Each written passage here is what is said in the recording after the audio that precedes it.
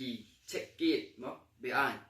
kali kalau ada ka ngelak benong kum ka bentang jong ke district council na du kisnem araja ladat ho ko khubor ya kaju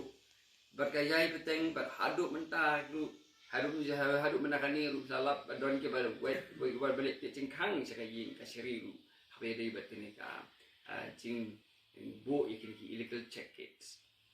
kay ke baron kam ni kalong ba nila balik kat sebalik hindai la tangim yo hi ki bri ba syom hang tu ki ba long commit ya ka good governance kata kalong pi kalong ka ba na kalian juga VPP ni kwa ba kini ki illegal check gates in khang no paro kata ka ke jing tu jong ka voice of the people party ke jing don jong kini ki illegal check gates kala kecil ya ka yau pai ba ki la shulum bisa jubor no pai ba but kani ka wanra ru ngoi ni kalian cukup voice of the people party nilai ki ya ketu ke jing kiu dor ki marbam madi like inflation de kani ka illegal check gates ke don benta but kani ka inflation de na kalian cukup voice of the people party dari ngiwan in pinti kena bagai jingim cung pai ba kan kham sup kan kham singan kan kham biang da bangin khang no yakini ki illegal check gates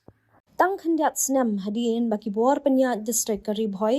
ilada ban khang khyrdop ya ka khyrdop khrong khajna beain jo ka executive committee barim ke East Khasi Hills Autonomous District Council ha dihar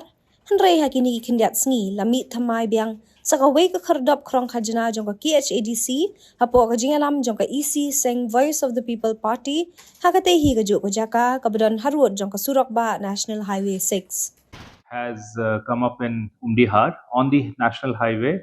and apparently the check gate belongs to KHADC. However, as per the government rules, no check gate of any department can come up over national highway or state PWD roads without adequate permission and NOC from the competent authority. So that's why when we received complaints and since there was a news report, we had to close it down.